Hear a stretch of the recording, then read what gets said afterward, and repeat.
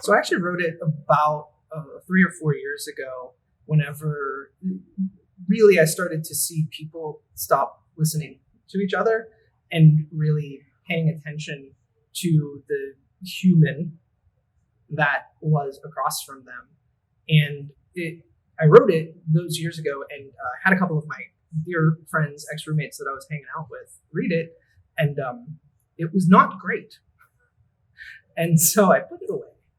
And then Mike Schwartz posted something on Facebook and was asking for, new works. And I thought, I'll take a look back at it, because I couldn't imagine it being less relevant. And I polished it a little bit and realized that this is a very real story, that there may be people out there that need to hear it, or just in general, it talks to the fact that even though we may disagree on things, we're all humans and we're all important. We're all a son of somebody or a daughter of somebody.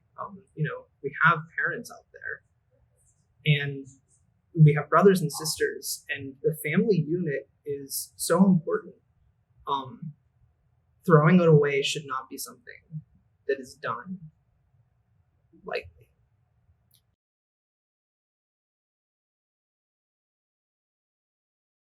I think that the bigger story is where he goes from there, and I don't know where he goes. At the end of the play, you don't see him go in the door or out of the door, and I haven't written that project yet. But I would want it to kind of come openly, and I don't know where it would go. I could easily see him becoming his father and being disenfranchised by his child. Maybe a story where you see the ox as an old man, and he actually has a good relationship with his child, and this was just a remembrance of what he wanted to be. I don't know that I'd want to see him get a couple of happy years with his dad. As much as that's a good thing, it doesn't make for good cinema. But yeah, it'd be hard to stage as a play, but if I turned it into a film or something, I think there's a lot of fruit there. So I have two brothers. I'm one of three brothers. And I think that sibling relationship is so valuable and such a great ripe field for conflict, but love. And I think that we've gotten into so much of an we've gotten into such an extreme society. None of these words are happening correctly, but we have gotten to the point that everything is all or nothing. And so either you love me with all of your heart, and I am your brother forever, and we are the greatest thing ever to be, or you don't love me. And there's a lot of beauty in the depth of relationships. And if you have, I'm married and I have 5 kids, and I love every second with my wife and my family. And you better believe there's screaming and yelling and disagreements. And my wife have fought because if you're not fighting with people, then you're not standing up for what you believe and what you are. But we always make up in the end because we love each other. And you can love someone that you disagree with and continue to work with them. And there's things that she's changed my mind on. There might be something I've changed her mind on. I'm not sure. I haven't figured that out yet.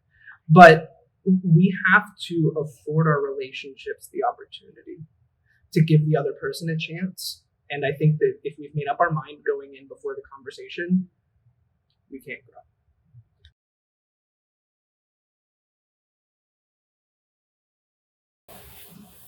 I guess there was a point, and maybe this is kind of what it was born out of. There was a point where my dad was in the hospital, and I had that moment of like, what didn't I say, right? And I have a fine relationship with my father. I talk to him often, but I thought to myself in the moment, how different would this be if I hadn't?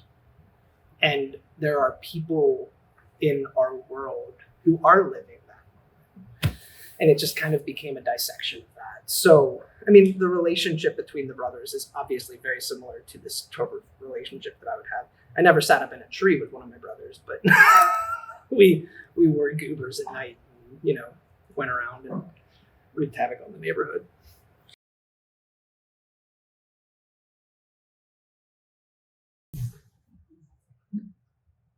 I hope that there are people who have removed someone from their life and they put an olive branch out just to remind them that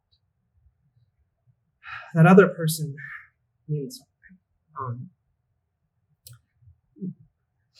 It's interesting because and I don't know if this is going to land before or after Phil, but me and Phil just talked about the fact that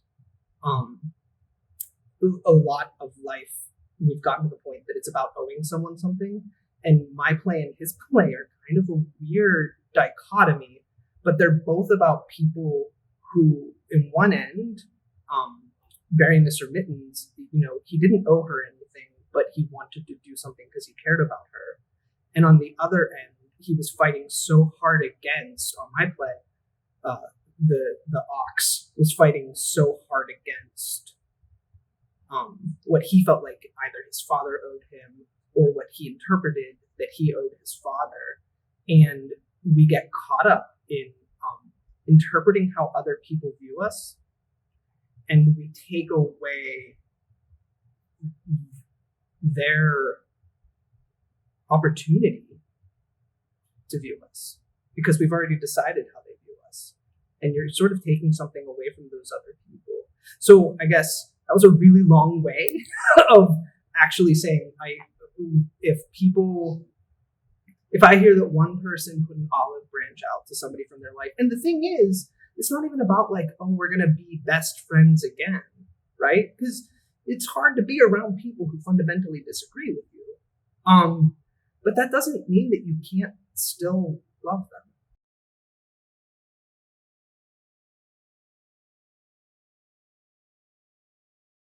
That my wife is the most amazing human being that has ever existed in the planet. Okay. No matter how much you disagree with somebody, they're a person.